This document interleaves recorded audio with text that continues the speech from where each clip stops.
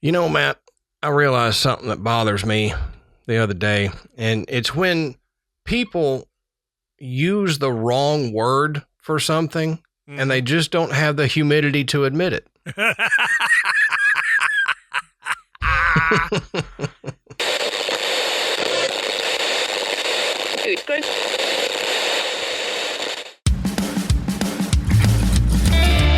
Good evening, everybody, and welcome to the Graveyard. Thank you for joining us tonight. My name is Adam. And my name's Matt. Now, pull up a tombstone or settle into your casket and get comfortable because this is Graveyard Tales. All right, everybody, here we are again. Matt, how you doing tonight, brother? Hey, I'm pretty good. Good. I like the debate we were just having before this. We're about how to pronounce stuff. I was going to say, after our spirited debate on... The two of us talking about how to pronounce something. Right. That's kind of oxymoronic, isn't it? But before we get into it, we'll say go check out the Podbelly Network at podbelly.com. We're happy to be members of the Podbelly Network, and we promise that there's going to be a show on there that you may not have heard of, but that you're going to like. So go check them out at podbelly.com. Also, share the Graveyard. We don't say it enough, but the way independent podcasts like ours grows is by word of mouth. You know, we're not backed by a large company that runs advertisements for our show. So you guys are what help grow the Graveyard. And we love getting new members into the Graveyard, love getting new people listening, because we want to make the paranormal a little more acceptable to talk about. It's growing every day. It seems to be getting easier and easier to talk about, but we can spur that along a little more if you guys share the Graveyard with somebody you know, a friend, or somebody you don't know, just walking down the street. Maybe you're wearing a Graveyard Tales shirt and they ask you about it. Tell them about us. Get them. Slap a sticker right on their forehead. There you go. Slap a sticker on some pole downtown. You know, if I'm walking downtown, it would be amazing to see a Graveyard Tale sticker that somebody just plastered on a pole along with the band stickers. Yeah, that's right. But also go over to patreon.com/Graveyard Tales. You can sign up to become a patron. We've got 3 different levels. All of our levels get a bonus episode every week. And our $5 and $10, they get the video version of that episode plus the audio. And they get the ad-free audio and video versions of the main episode. And then our $10 a month, they get all that. Plus, they get our second show, Side Quest. So if you're interested in hearing Matt and I in a more laid back, you think, how the heck can it get more laid back than Graveyard Tales? Well, Matt and I don't, we don't censor ourselves and keep ourselves PG-13 on there. Right, yeah. Plus, we talk about topics that we would never think of talking about on Graveyard Tales. Right, yeah. It's the stuff that we would go back and forth. You know, just shooting the bull, and you know, a lot of it. I got to thinking, it's the stuff that we send one another during the day. Look at this. Look at this stupid thing.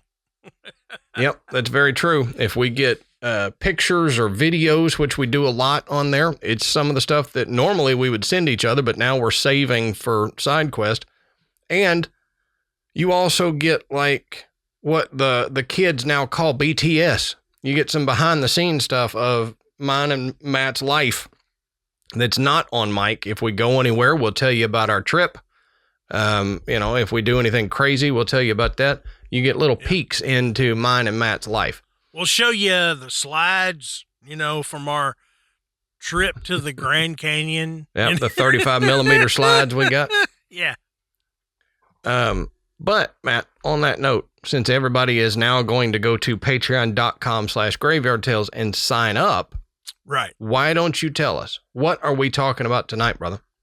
All right. So tonight we are going to head towards the border between Texas and Arkansas. Yep. We're going to talk about the Fouke Monster. And this is the coolest thing about the Fouke Monster is that Amanda grew up in Texarkana. Right. And I lived in Texarkana for a brief period of time. I wasn't there long enough for anybody to bring up the Fouke Monster. Right. But she was. And she said, "Oh yeah." She goes, "I've been to the festival." She's like, "I have friends that swear they've seen it." Yep. You know, and so she say it's really cool that you guys are covering it. This thing has been around for a while, probably a lot longer than most people think. Mm-hmm. And it's like Arkansas's own Bigfoot legend. For sure, yeah.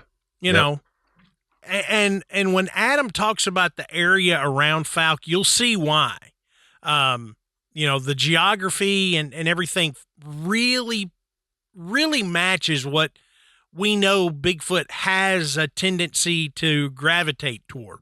Yeah. So, yep. So, Adam, why don't you tell us about the Fouke Monster, and about Fouke itself and the area that we're discussing tonight? All right, I can do that. But first, if you want to check our sources, go down on the bottom of our show notes. You can see all of our sources for this episode, where we found the information. Because, like I've said before, Matt and I have not experienced the Fouke Monster. So we have to get it from people who have experienced the Fouke Monster. And all those sources are down at the bottom of the show notes. We try to source everything we tell you about so we know where it's coming from, but you can check those. Now, the Fouke Monster is also known as the Southern Sasquatch or the Boggy Creek Monster. Yeah. And I think a lot of people outside of Fouke would know it more as the Boggy Creek Monster than the Fouke Monster. Yeah. But if you hear someone say the Boggy Creek Monster, it's the same thing. It's a large bipedal hominid that's very Sasquatch-like, but it does have some unique Arkansas differences. Yeah, it's mean. It's meaner than hell. Yep. Just like everybody from Arkansas. No, I'm kidding.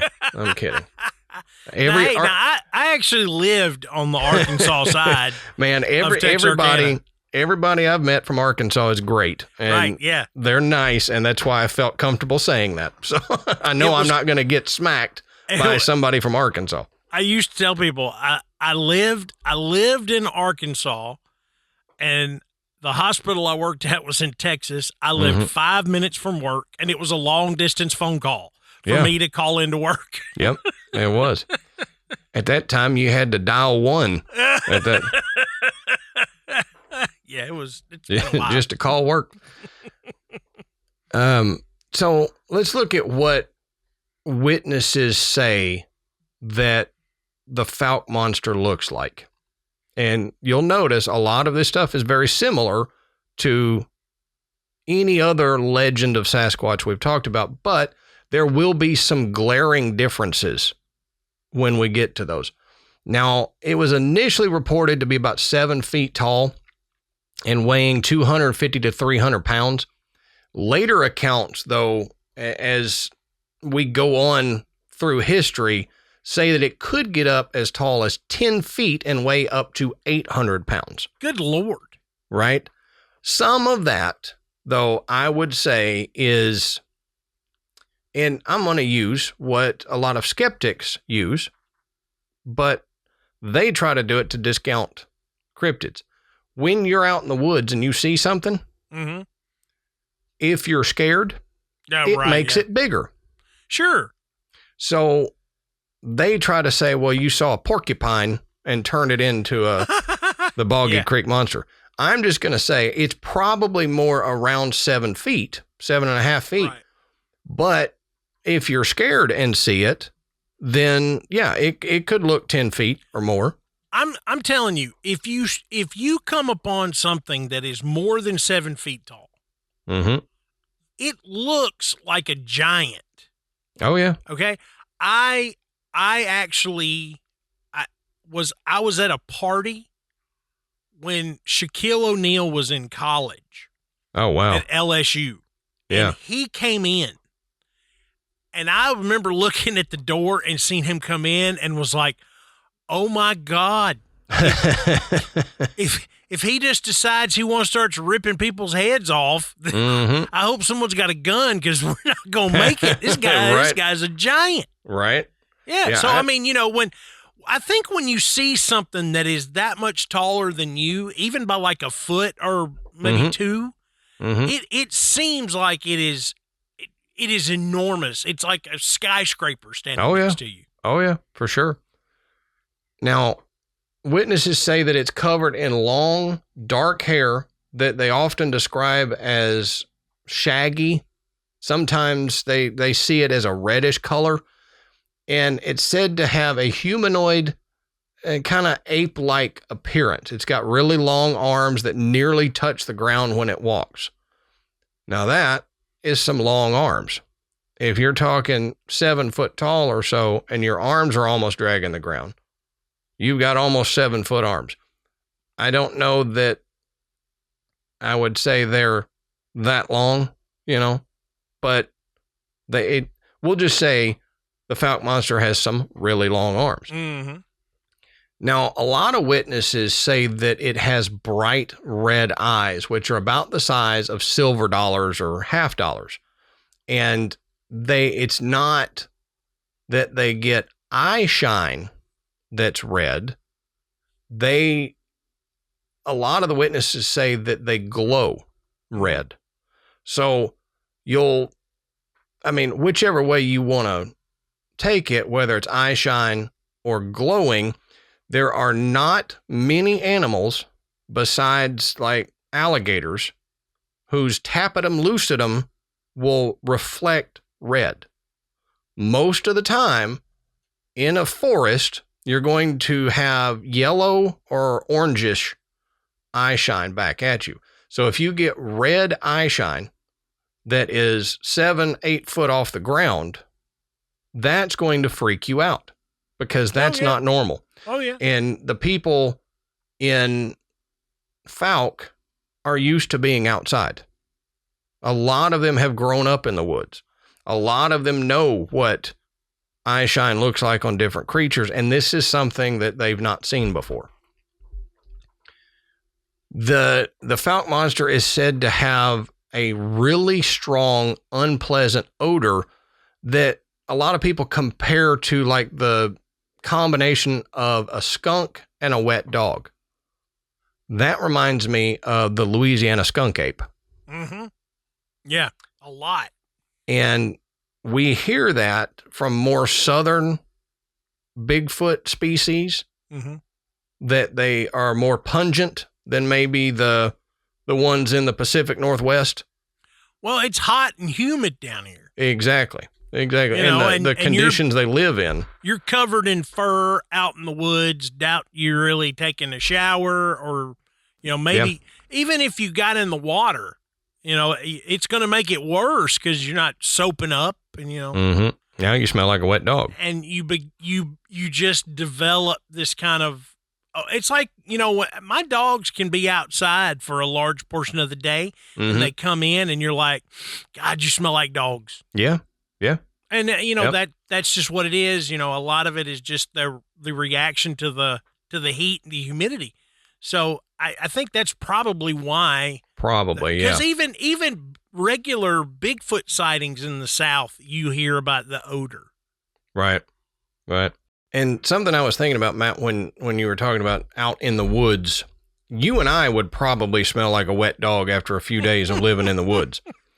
Hey, I go camping. I do. Yeah. Yeah. See? And I know there are some ape species that mark their territory with scent. So it could be marking as well.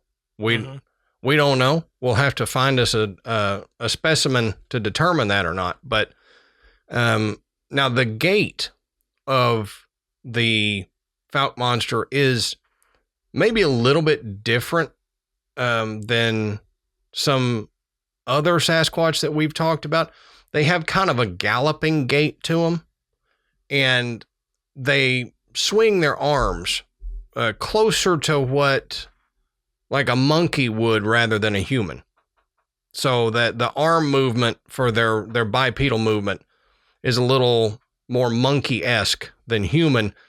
And, you know, big gorillas, when they stand up, if you look at them, they're kind of bent knees and then straight arms going down, and they don't really swing their arms a lot. Mm-hmm. But other more nimble monkeys do, and that's kind of what the Fouke Monster is described as doing.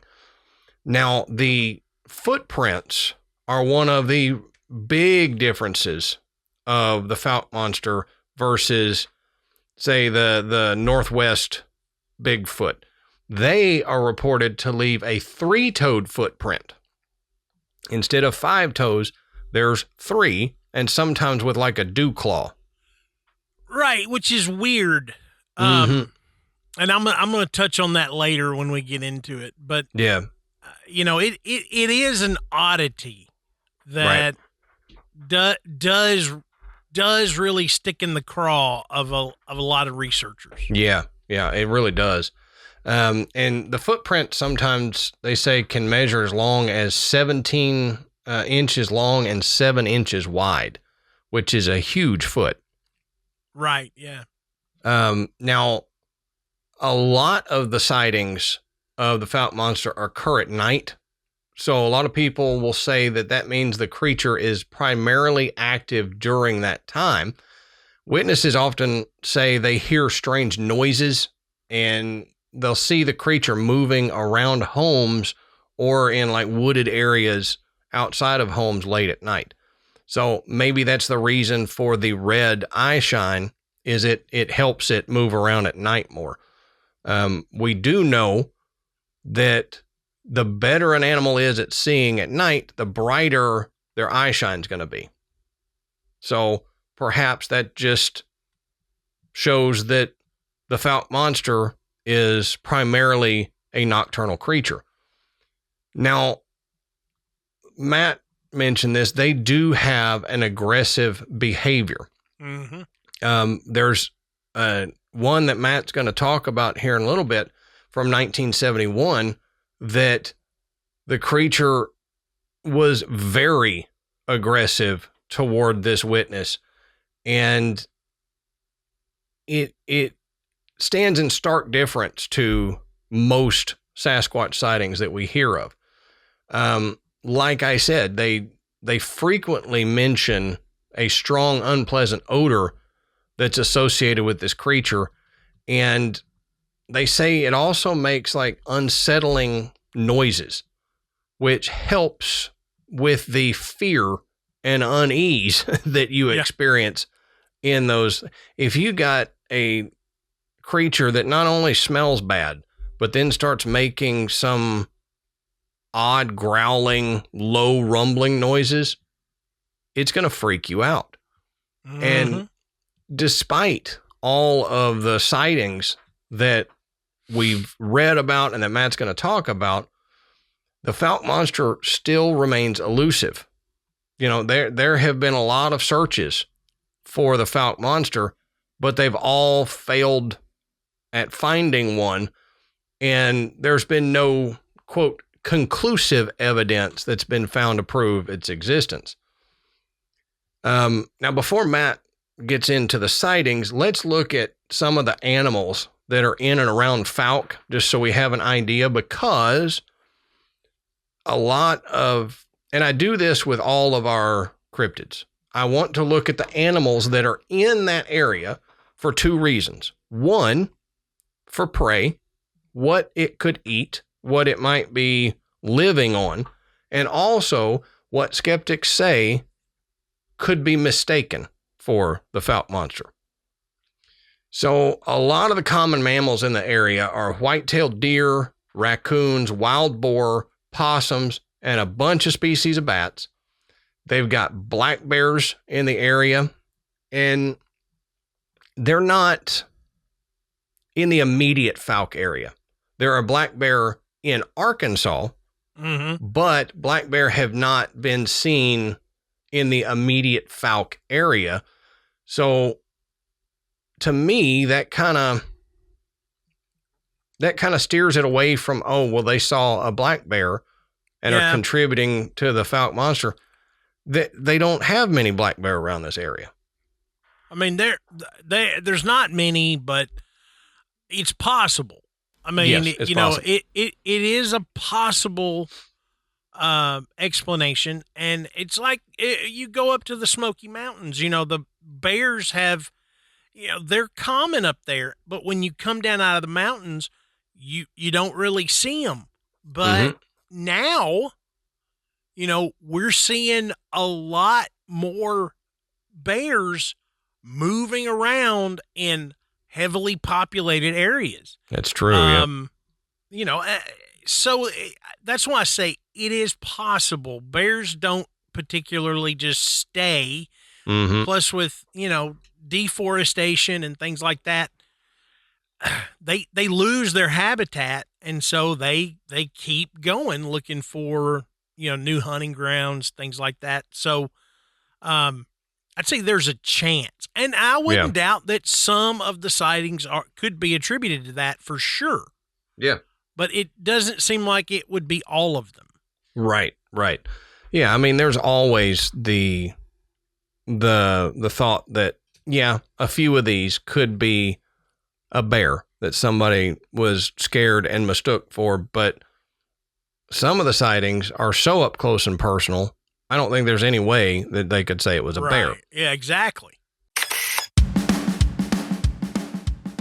All right, y'all, let's take a second and talk about tonight's sponsor, Graza. Now, Graza has become our new favorite olive oil. It's fresh, it's never blended, and it comes from a single type of olive, the Picual, straight out of high-end Spain, where over half the world's olive oil is produced. Now, you're asking, why should I pick Graza? Well, Graza has a single origin. It's only one olive from one region. There's none of these weird blends where you don't know what's in it. So that means it has a traceable, fresher product, and you don't mix any of the lower grade or unknown oils in it. Also, they come in super fun squeeze bottles. There's no more messy tins or the drippy spouts. You just aim the squeeze bottle, you squeeze it, and you go. And they have 3 different types of oil for any task. Frizzle, which is their newest, has a higher 490 degree Fahrenheit smoke point, so it's perfect for frying, crisping, or grilling. The Sizzle, which is at 410 degrees Fahrenheit, it's a good cooking oil for everyday cooking, for roasting, marinating, sauteing. We use it all the time. And Drizzle, which is this bold, punchy finishing oil that you can put on salads, dip bread into, or even top off ice cream. And we use the Sizzle for everything we cook. We use olive oil all the time, and since we found Graza, Sizzle has become our go-to. It's great. It never has this weird flavor added to any of your food. It tastes great. Plus, the Drizzle is good because we have done the be fancy thing and dip your French bread in olive oil with dinner, and we use the Drizzle, and it's amazing. Now, you can get 10% off your first order on Graza's site, but we personally suggest that you grab the trio. So that's all 3 squeeze bottles, Sizzle, Frizzle, and Drizzle, so that you're set for every style of cooking. So all you got to do is head over to graza.co, that's graza.co, and use our code GRAVE, Grave, and it'll get you 10% off of the trio, which includes the Sizzle, Frizzle, and Drizzle, and you can get to cooking your next chef-quality meal today.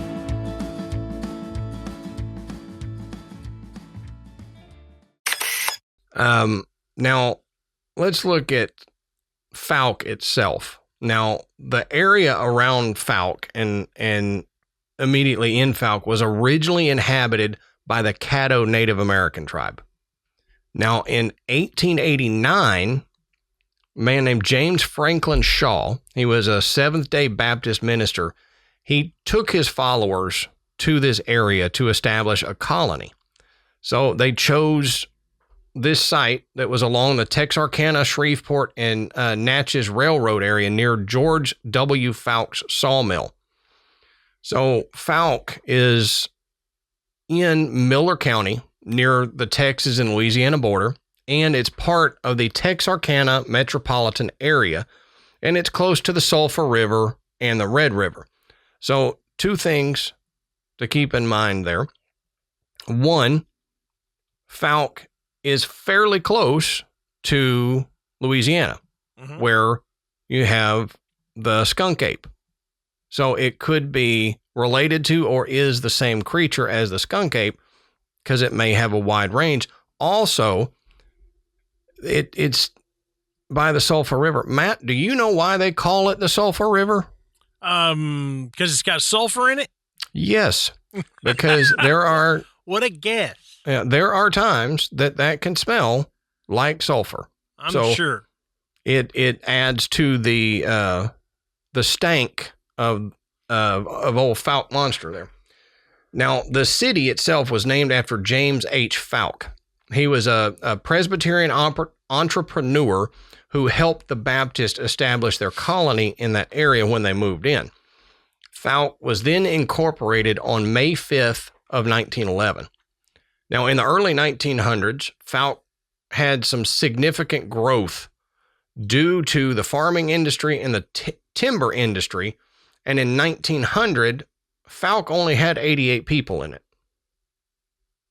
So it's got more than that now. Yeah, I got a little more than that now. It was also helped in growing by the construction of the new Texas and Pacific Railroad Depot in 1906. And then in 1928, U.S. Highway 71 came through that area. So you put a highway through something and your town's going to grow. Whether you want it to or not, it's going to grow. Fouke's economy was boosted a little bit by the oil industry in the 1920s and later by employment opportunities in nearby Texarkana businesses and the military installations there. Now, during Prohibition, which was 1920 to 1936, which we've talked about before on episodes, the town of Fouke, they say, had a lot of issues with the illegal production of alcohol because you're kind of out in the sticks. So you're moonshining because there's not a lot of people and revenuers around. But because of this illegal production of alcohol there, they saw some violence that Fouke wasn't accustomed to. Now, over the years, Fouke has made improvements in infrastructure. They've got paved streets added in 1958. There was a new city hall in 1962, and they put a sewer system in and finished it in 1988. Does that not seem late for a sewer system? But I don't know. I remember growing up in Nashville. Okay. I mean, literally, I'm not 15 minutes from downtown. Mm-hmm. And I remember when they connected us to the sewer. Yeah.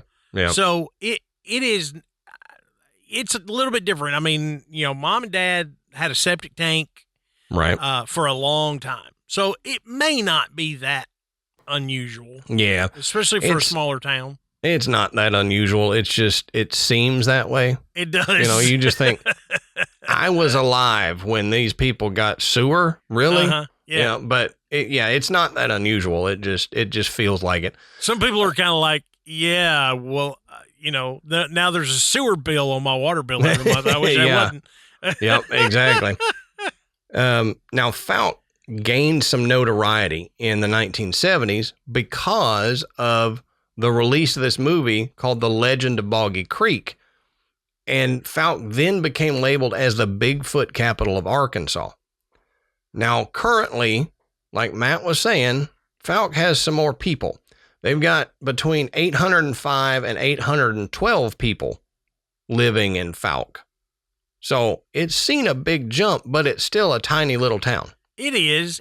I mean, and it's close enough to Texarkana, which is not a huge town. Mm-hmm. But I mean, it's a city. You know, I think when I was there, I think it was around 50,000 people. It's a lot more than that now. Yeah. Yep. And it's spread out, so it's close enough that, you know, it seems bigger than it is. But, you know, 30 years ago, especially like in the 70s, it was, you know, it was more, there was more real estate between the next largest town, and it did kind of seem isolated. Right. Well, being that Highway 71 runs through there, they put the Monster Mart on Highway 71. And the Monster Mart is this convenience store and gas station that sells Fouke Monster memorabilia, and they've got a small little museum attached to it that is dedicated just to the Fouke Monster, which to me is great. I need to take a trip to Fouke just for this, the Monster Mart and the museum. And I mean, it is smack dab in the middle of town. I mean, City Hall is around the corner. Yeah, literally. From the Monster Mart. Literally, just a short walk away. Now, they also have the Fouke Monster Festival, and I'm not 100% sure if it's still going on, like to this day, but recently they have had it. The Fouke Monster Festival is this annual event that's held in Fouke, and it celebrates the legend of the Fouke Monster. And usually at the festival, they've got a guided bus tour. So the tours will take you around the area to show you the different points of interest that are related to the Fouke Monster. Yep. And the filming locations for the movie The Legend of Boggy Creek. Yep. They have, you know, renowned Bigfoot researchers and experts that give speeches. And I'd see here, I should have kept reading in my notes, because for the 2025 festival, some of the confirmed speakers are Chester Moore, Todd Neese, Daniel Allen Jones, Mitchell Whittington, and Jeff Stewart. Yep. April 25th. It's coming up. Yeah. Yep. So they sell merchandise and food. You got unique Fouke Monster themed merchandise, and there's a bunch of different food options. And the festival, the festival benefits the Fouke School District, so it supports local education. So if you feel like attending, you will be helping out the school districts there in Fouke. So I think that's a pretty cool thing. Oh, yeah. Oh, you ought to see the poster. The poster's pretty cool. All right. So let's take a look at what really kicked off the legend of the Fouke Monster. And then we're going to kind of go back a little ways and look at some things, and then we're going to come up to as recent as just a couple of years ago. In the sightings and events around the potential existence of the Fouke Monster. So in May of 1971, a man named Bobby Ford reported to the Fouke constable that he was attacked at his house by a hairy creature. He said the creature had red eyes, it breathed heavily, and it was very, very fast. Ford said that the creature was man-like and was about 7 feet tall and 3 feet across at the chest. Dang. That's big. 3 feet across, it's broad. Yep. It's a broad dude. That's a linebacker. I was going to say, I may be big, but I ain't that big. Ford said, he said it put its arm around his shoulder and grabbed him. Oh, jeez. he managed to break free from the creature, and he ran. And he says he ran so fast, he didn't stop to open the front door of his house, and he just barreled right through it. And then he was later treated at a local hospital for minor scratches and shock, which could have occurred when you bust through your front door. Right, right. And I was thinking minor scratches, that's not bad for grabbing you around the shoulders like that. Yeah. But Bobby Ford said that this thing had been around his house for several days and that there were other eyewitnesses, including his brother and a hunting partner. Now, Bobby's wife, Elizabeth, claimed that she had been sleeping in the front room when she saw this hairy arm with claws coming in the window. Can you imagine? She also said that she saw that the monster had red eyes. Mm-hmm. And on the night of the attack, Bobby and his hunting companion spotted the creature at the back of his house with the aid of a flashlight. They shot at it and thought they saw it fall. So the men started to move. They started to go toward it, but Ford ran back into the house when they heard women screaming. And when they got back to the house, he was attacked.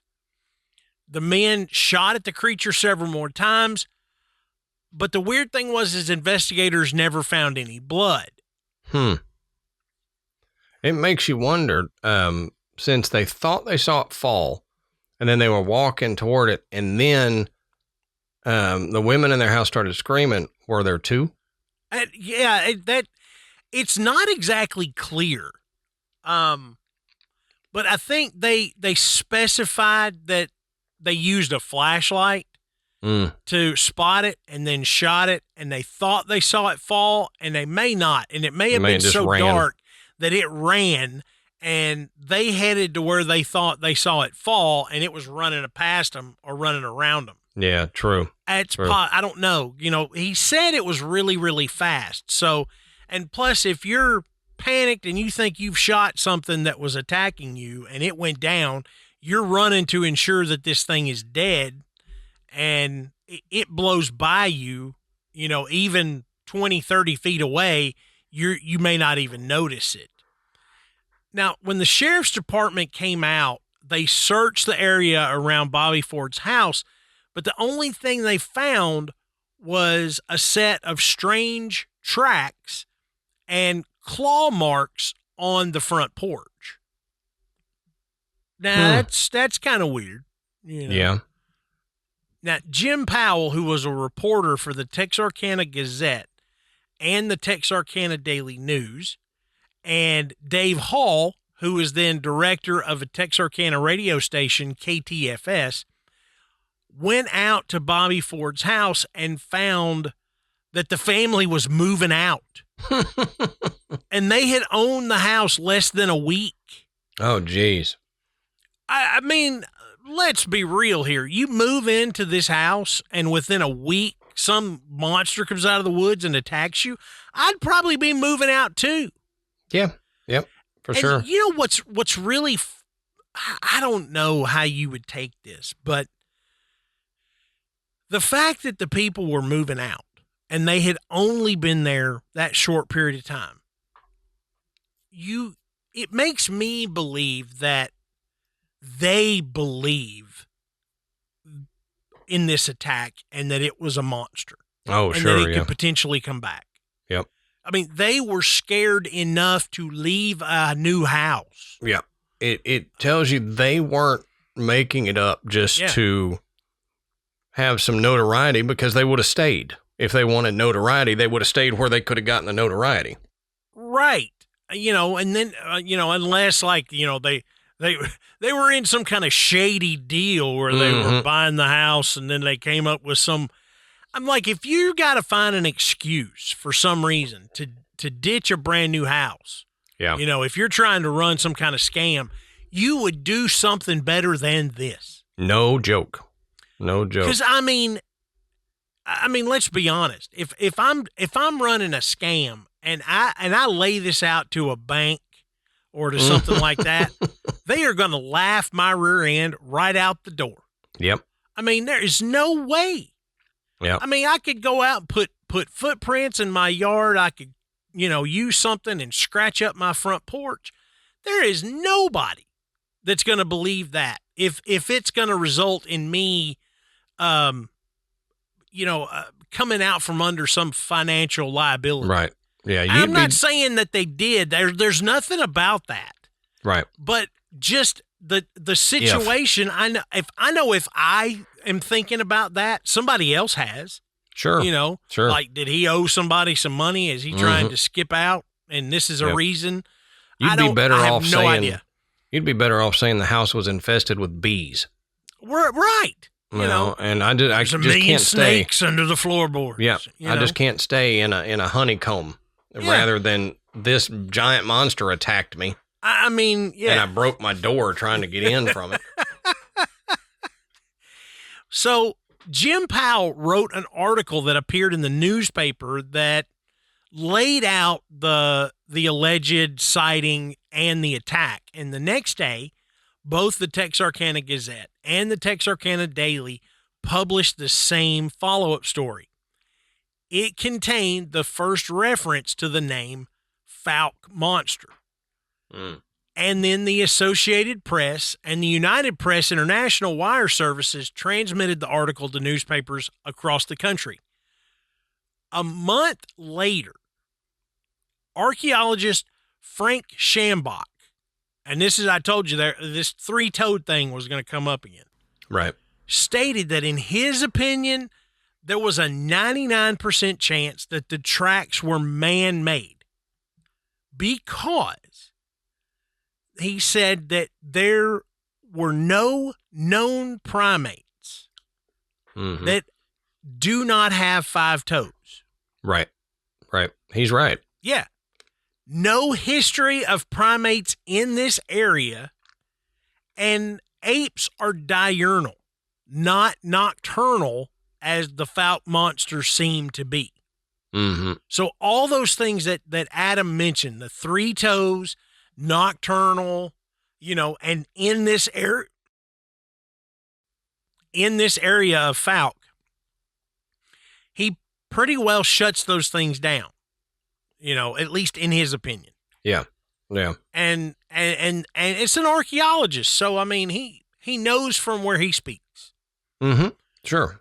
So, again, not only does this seem really outlandish, it doesn't even seem plausible that there would be a primate in the area around Fouke, Arkansas. Much less one with only 3 toes. Right. Right. Now, later in May of 71, D.C. Woods Jr., Wilma Woods, and Mrs. R.H. Seedgrass reported something that resembled an ape that they saw crossing Highway 71. And then more reports started coming in from other people. And not only that, there were people saying, we found giant footprints, and Willie E. Smith had a soybean field behind a local gas station. They found footprints in the soybean field. And according to one local individual, it was chaotic. I mean, people were going nuts. You were getting all of these reports. People were finding footprints. People were seeing what they thought was an ape out in the woods, crossing the road, in the water, whatever. I mean, the reports were just coming in pretty routinely. And then people from out of town started showing up. Little Rock, I don't know. I'm not sure what this is. ARKAAY. That sounds like a TV station or a radio station. They offered a bounty of $1,090, and a local guy chipped in an extra $200. Oh, there you go. Okay. It's like I'm breaking the bank for this. But I mean, now there's money on the table. Yeah. To find this thing. So yeah, people from out of town are going to start coming around. Yeah. You know, for two reasons. One, you get a little cash in your pocket. Two, is there really, this crazy monster running around here? Right. Let's go find out. And if they're given money to figure it out, that in people's minds lends credence to that story. Exactly. Because they're like, well, they obviously believe it's out there because they wouldn't just put up this money for nothing. Right. And you gotta, anytime something like this happens, you get a lot of excitement and fear and just there's a buzz around it. So people are going to see it, quote unquote, see it all over the place. Sure. And you got to think, man, probably more than half of these were just scared residents. People that were being hyper vigilant and just, they saw something, it was the Fouke Monster. Yeah. I heard a noise in the woods, it had to be the Fouke Monster. Couldn't have been anything else. Yeah. Meanwhile, it was Jim Bob the town drunk that Right. just wandered into their backyard. Come on, Cletus. Let's go find us a Fouke Monster. Hey, man, I tell you what. I done seen me a monster back there the other day. We gonna get him. That's right. That's right. I've met that guy right there. Yep. I think we both met the same guy. Yeah. But there was even a woman who claimed that she was sitting out on her front porch and she saw it just walk straight across the field across from her house. Kind of waved at her as it walked past. Just kind of trucking right along. Walked past, goes, "Hey, honey," and just keeps going. What the heck? Well, shortly after that, things kind of cooled off, and the buzz was not near what it was right there in May of '71. But in 1974, interest picked up again when tracks were found by two brothers in Russellville, Arkansas. Okay. I'm sorry. The tracks were found in 1978. Okay. But by 74, people had kind of gotten, Fouke Monster, whatever. 3 years had gone by. Yeah. And, people are just kind of like, yeah, whatever. Not really notable sightings in that time. Yeah. But these two brothers found some weird tracks in March of 78 in Russellville, Arkansas. There were also sightings in Center Ridge, and in July of 78, there was another sighting in Crosset, Arkansas. This time, they saw livestock and dog attacks. Yeah. So, this is a new twist. You got dogs being attacked is one thing, but cattle being attacked, that's something totally different. Yeah. I mean, think about how big cows are, and that only a few things would. Even coyotes don't go after. That's exactly cows. what I was thinking. Yeah. I mean, a coyote will tear up a dog, in a heartbeat. But they're not going to really just go and attack cows. No. So, like I said, this kind of puts people back on high alert, because now you're messing with people's livelihood.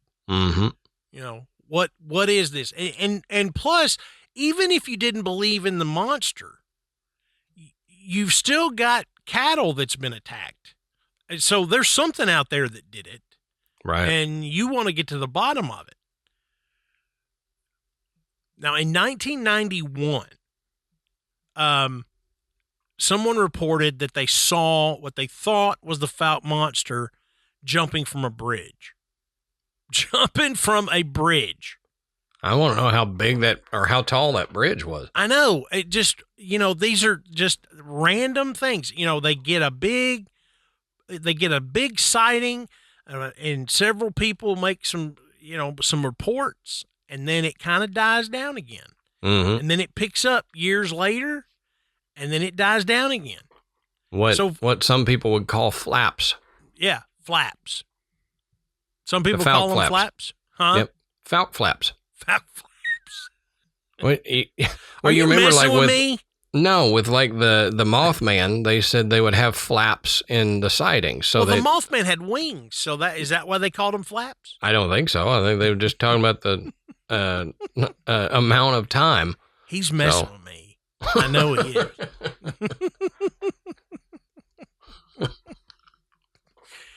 Oh no! You ain't seen the Fouke flaps? I guess not. Well, you're missing out.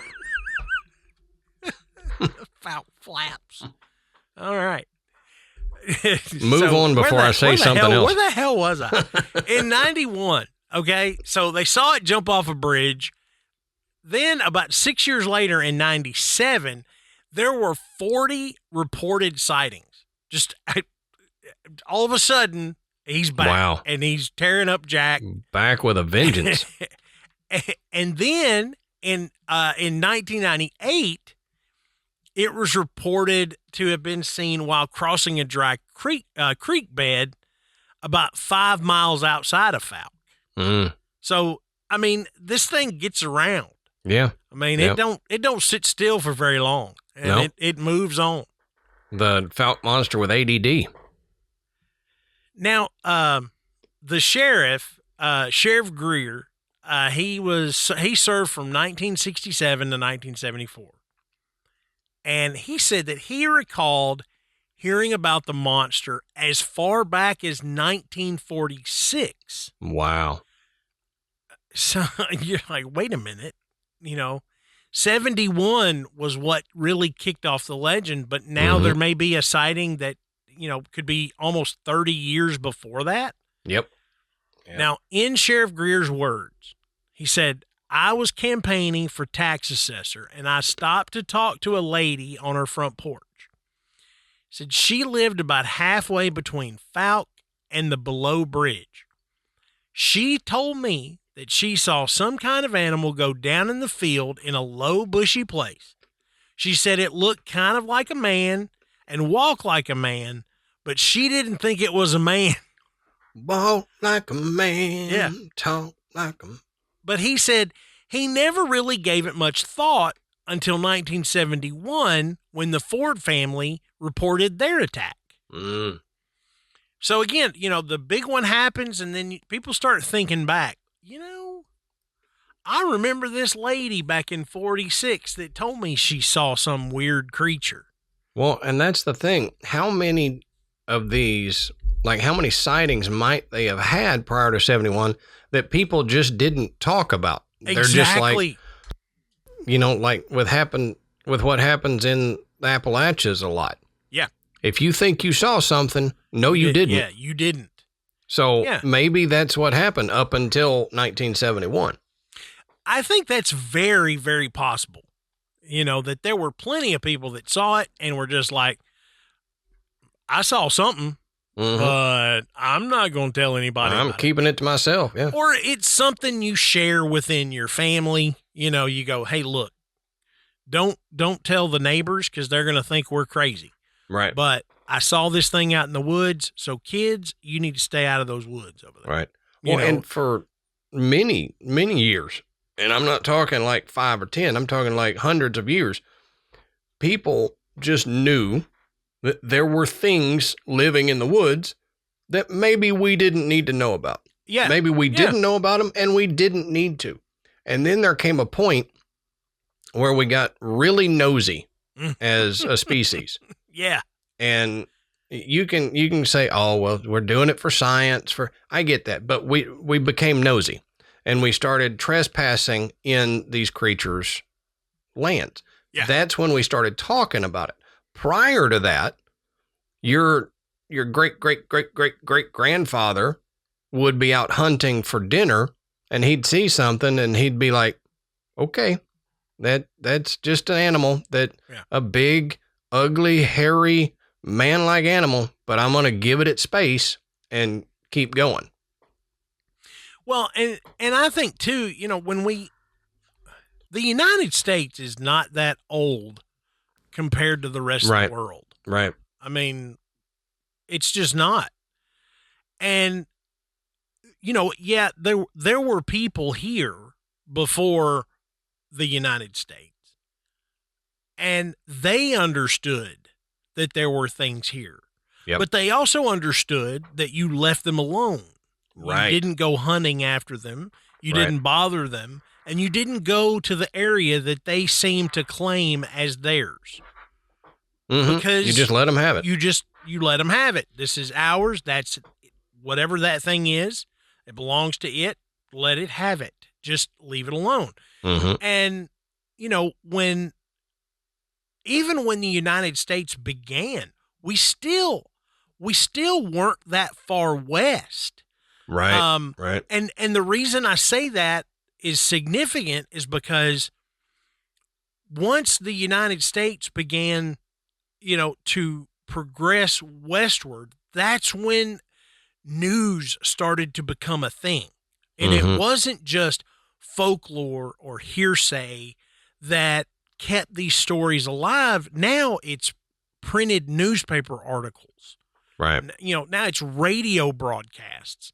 And the word is getting out a lot faster, and people, their interest was piqued because they did not have a great-great-grandmother that was sharing a story from her childhood 100 years ago that said, you don't bother this creature that lives in this area.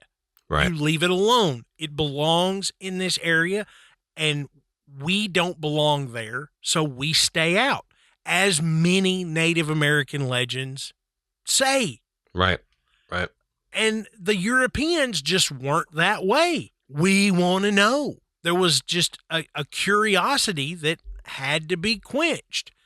And, news reports and trying to sell newspapers and trying to get people to listen to your radio show, that prompted more and more people to become interested. Mm-hmm. Nosier. Yeah. So you're right. We got nosy. I think that's how we did it. Yeah. But there's a lot of people that believe that the Fouke Monster may actually date back a lot farther than 1946, as Adam said. And according to the Memphis Inquirer, there was a large furry creature that had been seen in the vicinity in 1851. And the Caddo Gazette reported on that in 1856. So the monster may not be as new as people previously thought. Right. And the next reports came in at the much later date of 1946, and some locals in Fouke claim to have seen it in 1964, but did not report it. Right. Right. So the people that did report it called it the Jonesville Monsters because the sightings were closer to Jonesville, which is near Fouke. Mm-hmm. Now, there was also an alleged sighting by a young teenage boy in 1955 who described it as having reddish-brown hair, sniffing the air, and not reacting to bird shot when fired upon. And Joe Nickel, who was an investigator, was of the opinion that it was a misidentified brown bear, which could be a possibility. Yeah. But I even think a bear would have reacted to the sound of a gunshot. That's what I was sitting here mulling over in my head. A lot of times you scare bear off by you don't even have to shoot it. Yeah. You just shoot the gun in its vicinity and it will run. Right. Now, Reba Killian was a little girl when she says she first saw the Fouke Monster out on a late night drive. She said 7.5 to 8 feet tall, and we just started screaming. We were banging on the truck trying to get our parents to stop because we were kids and no one was going to believe us. So stop because there's a monster outside. Right. We used to run these woods all the time in between my house and her house. And after that, I said, no more. I'm not going back in those woods. It could have snapped us like a twig if it wanted to. Yeah. That's what Reba Killian said. Yep. And yeah, I mean, I absolutely would be the same way. No, we're not going back there. Well, and to kind of the snap like a twig made me think about this. You and I talked about this before we got rolling, but there was a sighting that I heard about, and I figured I'd tell it here because you said it would snap me like a twig, and they were afraid of its power, basically. Yeah. Well, in Fouke, and again, I'm getting this secondhand from an interview I saw, so I don't have the specifics on what year, and I can't remember the guy's name. But one night, this guy said on his property there in Fouke, he heard his horse out in the pasture, like, causing a bunch of ruckus. It was neighing and doing the scared horse thing. So he steps out with his dogs to see what's going on. He sees in his property, he's got this long, like clearing between two sets of trees, and the horse is barreling toward him down this clearing. When it gets to a certain point, he said a 8-9 foot tall thing runs out of the tree line and hits his horse with its shoulder like a linebacker. So hunches down, hits it, and it rolls the horse. Now, think about this. He said his horse was 800 pounds. Good Lord. So to be able to knock a horse like that off its feet at a full run, A, the creature has to be fast, and B, it's got to be strong. Mm-hmm. Right? Yeah. Well, the creature knocked it over. It rolled, but then it ran into the adjacent tree line. The guy, just not thinking about the creature, just thinking about his horse, which you do. That's your pet. That's your family member. He ran out there. Could have been your ride home, too. Could have been your ride home. He ran out there to where the horse was, and he said the horse, I couldn't save it, so I had to put it down. Yeah. It had broken several legs and other stuff. It was real bad off, so he had to put the horse down. Well, he goes back in the house after putting the horse down, just leaves the horse there because it's 800 pounds. You got to get a tractor to move it, whatever. He goes back out the next morning. The horse is gone. So he follows the drag path, which was several hundred yards back up this clearing and off next to a tree where the horse was there, and pieces of this horse had been ripped off. So he said it didn't look like teeth, but something had ripped meat off of this horse. Yeah. And drug an 800-pound horse from that area several hundred feet back yards back into the trees. Yeah. So it wasn't a bear. No. Because, a bear wouldn't attack a horse like that. Like that, yeah. Yeah. And two, a bear wouldn't eat a horse like that. Mm-hmm. You would see teeth marks. Exactly. So, yeah, you would think whatever it was had to be, a very large, very strong primate. Yep. And a large enough bear probably could have drug that 800-pound horse, but it wouldn't drag it that far. In my mind, it wouldn't drag it that far to eat it when there are trees pretty close. It would just pull it over to the trees. Right. Yeah. And hide it or whatever there. I don't know enough about bears to know what they do with a kill when they eat.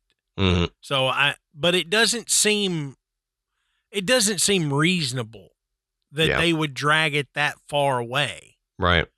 Right. I wouldn't see a predator doing that. Yeah. I may be completely off base here, but some large cats do, some bear do, but they're usually doing it to like bury it and hide it for later. Yeah. Not to pull it that far and then snack on it and just leave it. Right. And the thing is we keep saying bear because I can't think of another predator that here in North America that could do something like that. Right. That would be big enough and strong enough to do it. And possibly be on two legs. Not even a mountain lion or anything like that. Right. Right. Which would be, really out of the ordinary for that area too. Mm-hmm. Now, Denny Roberts, he was the owner of the Monster Mart, which Adam talked about earlier. Now, I told Adam about this before we recorded. I said I had an article from 2021 that was about the Monster Mart, and it had the mayor of Fouke in there, and they were talking, about the Monster Mart being there and how it's a neat thing, and it's become kind of a historical aspect to the town and whatnot. And in that 2021 article, it said neither the mayor nor the owner had witnessed the monster. Then later, I found an article with an interview of Denny Roberts in 2023, which was just a few weeks after he had his first sighting. Okay. And Denny says, first I thought it was a deer, but I said, no, that's no deer. It had too big of a body mass. He said it was reddish orange, looked to me kind of like an orangutan. Oh, wow. And Robert said a sighting that had happened on a drive of the time this came out, the sighting was 2 Sundays ago. And that was his first one. So this article, like I said, came out in 2023. So they interviewed him about 2 weeks after his first experience. I mean, you run a convenience store that celebrates his monster. It's got a museum in there. It regularly gets visitors that just come just to go there. Right. And then you actually have a sighting of it. Yeah. And I tend to believe it because if he was going to run this place for several years, why wouldn't he have had a story of a sighting from the beginning? Yeah. Right. I mean, if you're going to own this joint, wouldn't it be cool if you had actually seen this thing? Yeah. Yeah. I don't know how long he was the owner of it, but he obviously owned it for a couple of years before he had his first sighting. So you got to think, unless somebody went, Denny, don't you think it's weird that you own this place and you ain't ever seen it? And then he's like, you know what? Yeah, it is weird. Right. I don't think that thought had never crossed his mind. Right. Right. But then he sees it. So I have a tendency to believe that he saw something. And it is funny that he says orangutan because a lot of the descriptions are very similar to at least the proportions of an orangutan, the longer arms, the reddish fur, the kind of the way it moves. It is consistent with that. So, I've seen an orangutan up close at the zoo. They are different. Yes, yeah. They are different animals. Let me tell you, there's something else. I remember seeing as a kid Every Which Way But Loose, which was the Clint Eastwood movie where he had Clyde, the orangutan. Oh yeah, yeah. I mean, they're pretty smart. I don't think they're going to take down a horse, but they're pretty smart. No. They might smack a horse, but yeah. Now, there is a regionally known Bigfoot researcher in this area named William Lunsford. And he's written a book on the Fouke Monster and boasts a considerable collection of evidence from photographs to casts of tracks. Now, Lunsford did an interview with Channel 7, and he took them out into the woods of Miller County and showed them these structures that he claims are constructed by the the Fouke Monster species. Hmm. So Lunsford is more on that idea of there is more than one. Yeah. That it is not. It's there's multiple of them, and that's why maybe the tracks aren't all the same size. The descriptions are slightly different. It's because you're not seeing the same one each time. But you gotta go. There's not. You need to go and search these pictures. The photographs that Lunsford have. Number one, he's got photos of the footprints, and they're crazy looking. I mean, they're huge. The 3-toed thing. But what's interesting are these structures that he shows. One of them are these large limbs that are arranged almost in a teepee configuration. Like somebody's going to build a giant fire. Yeah. Okay. I mean, it's tall. So, I mean, it's the best reference I can give is this thing is at least 6 to 8 feet tall, standing out in the woods. But the other one is like these sticks that are placed, and I mean long sticks that are placed between trees that form an X. It looks like a person did this. Yeah. Yeah. So could he could have had somebody come out and do this? Yeah, absolutely. Sure. Yeah. And but it's just strange looking. And I tried to picture in my head a Bigfoot-like creature putting something like this together. I don't know, man. It's hard to wrap my head around. But Lunsford says that these X structures are some of the most common that he comes across. And he says, I don't know if it means this is the edge of my territory or if it means keep out. He said, but he believes that these are done by a Bigfoot type creature. There's a lot put into this, even though it's not like, it's not like modern art out in the woods, but there is a thought process that goes along with putting something like this together. Sure. I mean, it's kind of Blair Witchy looking. The big X between the trees, this teepee looking thing. That's why I say go look at these photos, because you'll look at them and be like, I don't really know what to think about this. Yeah, right. And there's more than a few, he says. And if I was out in the woods and I came across this, I would assume that a person had done it for some reason. This does not look like anything that I've ever seen that would be attributed to Bigfoot. But, go look at the photos and be the judge for yourself. I don't know. I don't know. I mean, we've heard stories of structures being built by some Bigfoot, but not necessarily like what these are. They're more like Bigfoot do more like, I guess, markers where they would bend a tree down, kind of marking their area. Yeah. But not necessarily like that. Yeah. This is a little more advanced than that. Yeah. So now, as Adam said, a lot of people know that the Fouke Monster as the Boggy Creek Monster.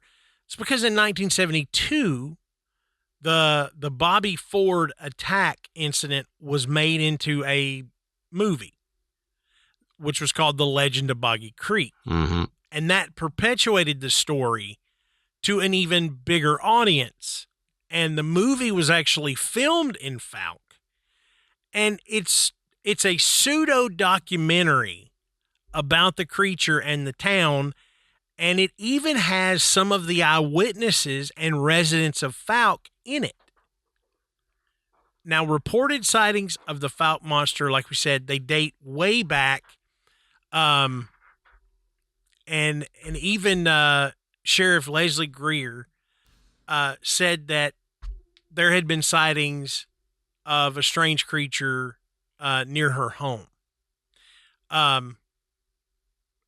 None of the sightings are as famous or as well known as the one that's in 1971, and that's why that one is the one that is considered to kick off the legend. That's what inspired the movie.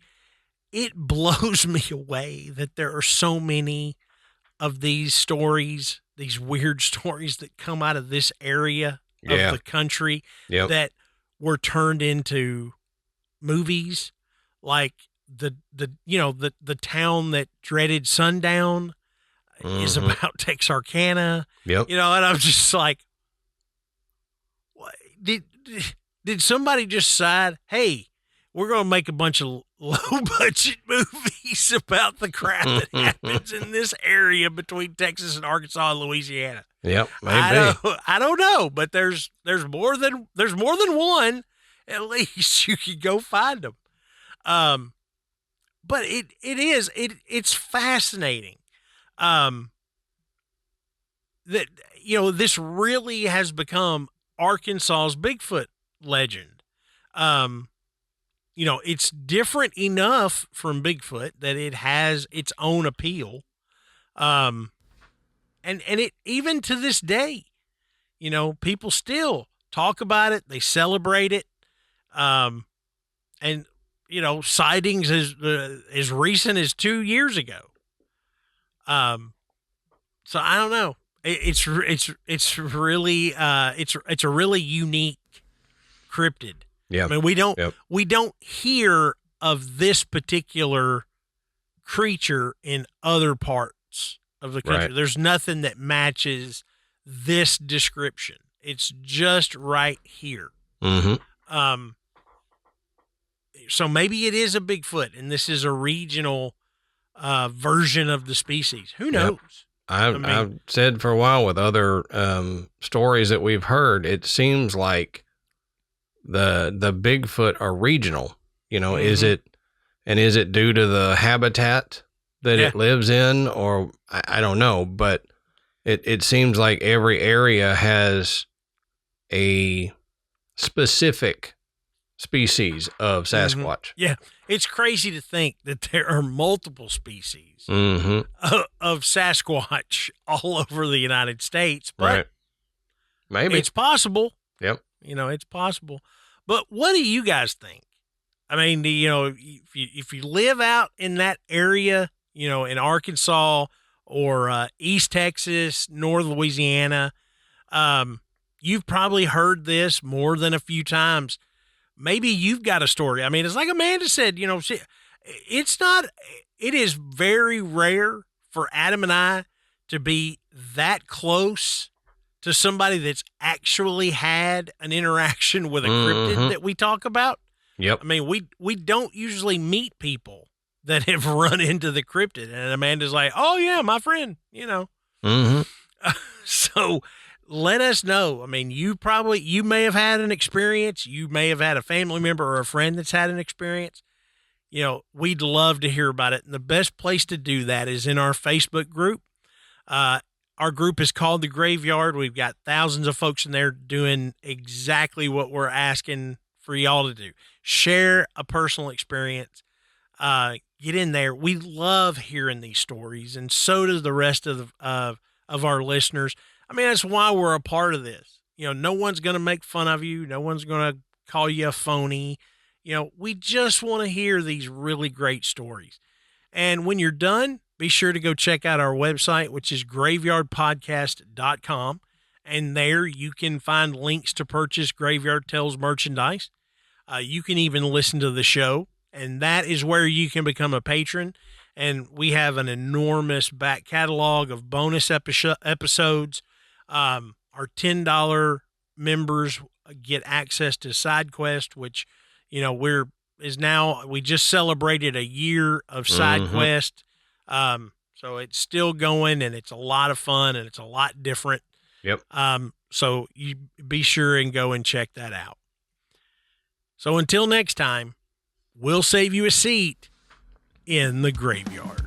See you soon.